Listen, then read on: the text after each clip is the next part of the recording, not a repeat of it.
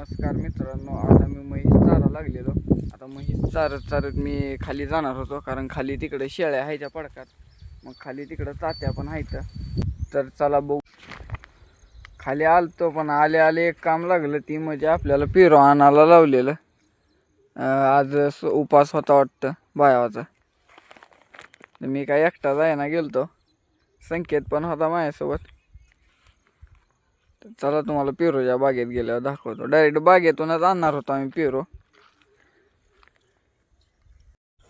तर आता आम्ही आलतो बागेत.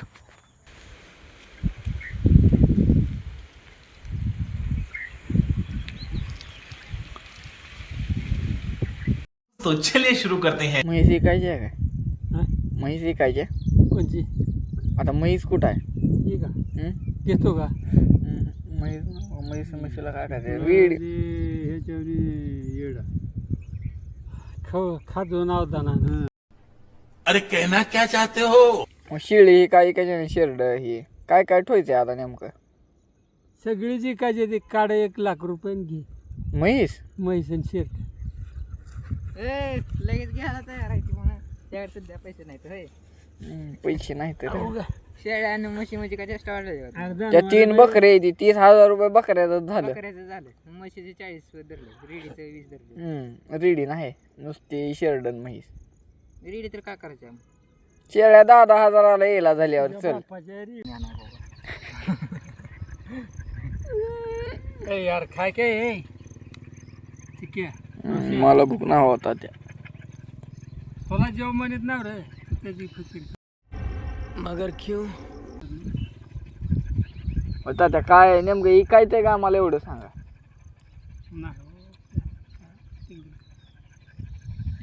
बरं ते जाऊ द्या. पोळ्याला बैल कशी सजवायची ते आता? पोळ्याला बैल होय तात्या. डबल तात्या हो, मोठं झाल्यावर काय होणार आहो तुम्ही? मोठं झाल्यावर काय बनणार आहो? काय घर बांधायचं? ये बड़ी अच्छी बात कही आप. तात्या हे किस नाही विचार की तात्याला मोठं झाल्यावर काय होणार आहो म्हणून. डर होना चाहिए और वो दिल में होना चाहिए. और तात्या जरा दम तर खाते माझ्याकडे स्पष्ट बोलून दाखवली काय तर. ओ तात्या मोठं झाल्यावर काय? हा कलेक्टर. क्या सोच है रे. तुम्ही लहानपणी पहिलीत असताना कितवीत होतो? आम्ही शाळा शिकले नाही तर आम्हाला कशाला जाणार? अहो पण तुम्ही पहिलीत असताना लहानपणी कितवीत होतं? एकदम इन्होंने वक्त बदल दिया, जज्बात बदल दिए, जिंदगी बदल दी. ओ भाई मारो मुझे, मारो मारो मुझे, मारो मारो. नहीं ये मजाक हो रहा है. एक सेकंड यार, मजाक हो रहा है. आम्हाला खायची भाकरी मिळत नाही. काय रागू बोलले कुठलं बोलायचं? तात्याला काय बनवायचे सांगा की. पोलीस तात्या तुम्ही किती मोठा ते दिसतंय रे आम्हाला बे. तर आता गाईला वासरू झालतं म्हणून आम्ही गाईकडे आलतो सगळेजण.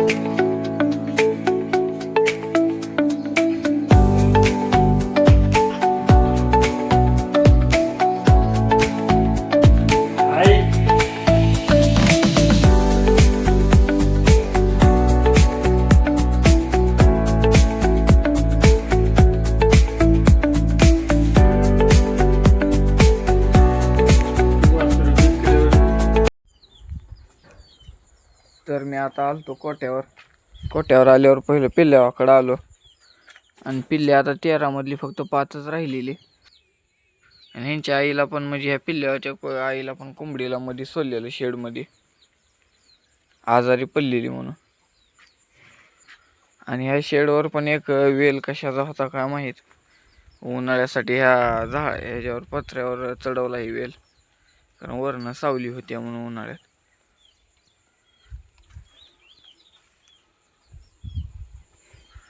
आणि सीताफळ पण मोठी झालेली आता.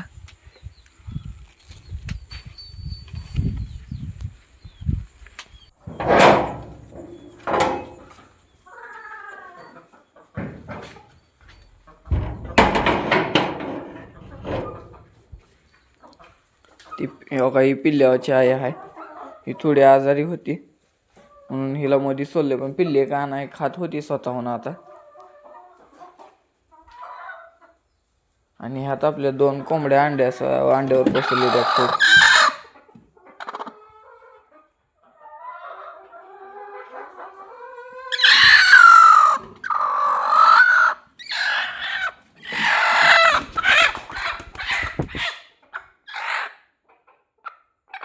सहा अंडे टोटल.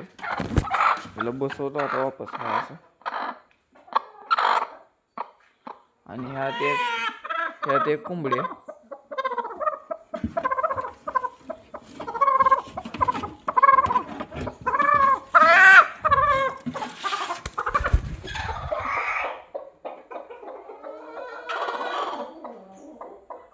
ह्याच्यात 8 अंडे आहे. कोंबडी लई दिवस झालं बसलेली असल्यामुळे हिची पक्का पण गेलेली होती खालनं.